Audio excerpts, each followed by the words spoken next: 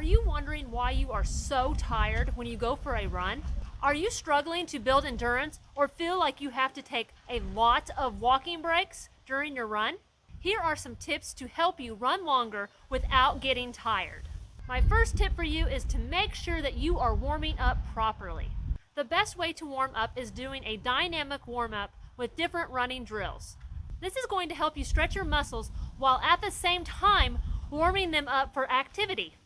If you are interested in doing a dynamic 5-minute warm-up before your run, make sure you check out the link above. That will give you a full 5-minute warm-up you can do before any of your runs.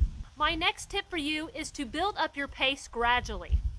The first mile should be considered a warm-up mile. If you aren't to the point where you can run a mile without stopping yet, you can always lightly walk or jog for 5 to 10 minutes before your running routine. As you progress in your run, you can gradually pick up the pace when you are ready. The goal is to not get too tired before the end of your run. And that is why you want to gradually build the pace up, so it helps you not get so fatigued so quickly. So you want to be conservative and gradually pick up your pace as you go. If you are trying to build endurance, you don't want to go out too fast. If you're wanting to build endurance, you definitely want to keep in mind that you want to be going at an easy pace. So you want to run slower during these runs so that you can get faster and run more and run longer without getting tired. So a key indicator of what you should be doing is that you should be running these runs at a conversational pace so you can talk in complete sentences while you run. If you're using a heart rate monitor, you would want these runs to be 70% of your maximum heart rate. And a good key indicator of how fast you should be running your slower runs to build up endurance is to run 2 to 3 minutes slower than your 5K pace. And this would be a rate of perceived exertion of 3. That means that you could easily talk without getting out of breath. If you want more information of why you should be running the majority of your runs at a slow pace so that you can get faster, make sure you check out the video up above. My next tip for you is to have proper hydration and a fueling strategy. You want to ask yourself, if you are running longer runs, are you fueling and hydrating correctly? If you are running in the morning, are you eating breakfast before your run? Are you eating something at least 2 hours before your run?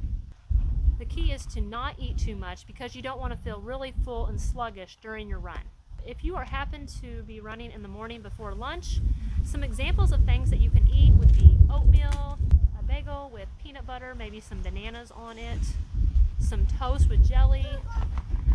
Those would be some examples of some things that you could eat before your run. If you will be running over an hour, it would be a good idea to take a sports gel with you and some water so that you can fuel your system so you're not going to deplete your glycogen stores. So that would be definitely a recommendation of mine for you. A sports gel at least every 30 to 45 minutes during your run.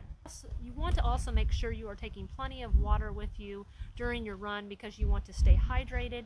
If you are getting dehydrated during your run, that could possibly slow you down and make you tired too and not feel as much as energy. Being hydrated really does go a long way to make your runs better. You also want to make a point that you are staying hydrated all the time. Make sure you are drinking plenty of water throughout the day, at least 8 to 10 glasses. Active people usually need more than 8 to 10 glasses, so make sure you are getting enough water. That will help you. My next tip for you is to have good form and posture. You want to avoid slouching or hunching over during your run. Your upper body when you run should be nice and relaxed. You shouldn't be all tensed up because that is going to make you tired faster and make you not be as efficient during your run. Your arms should be relaxed at a 90-degree angle and be going straight up and down. You don't want them to be crossing your chest, so you just want them to be straight up and down, just like that. My next tip for you is to be aware of your breathing. You want to avoid short, shallow breaths while you are running. You want to make sure that you are belly breathing and having long, deep breaths during your run. My next tip for you is to be adding speed work into your runs. At least 20% of your run should be doing some sort of speed work. You could be adding tempo and interval runs to help you get faster and stronger. So this is going to make your longer runs seem easier when you are incorporating speed work into your running routine. My next tip for you is to be doing strength training. Strength training is going to make you a stronger runner.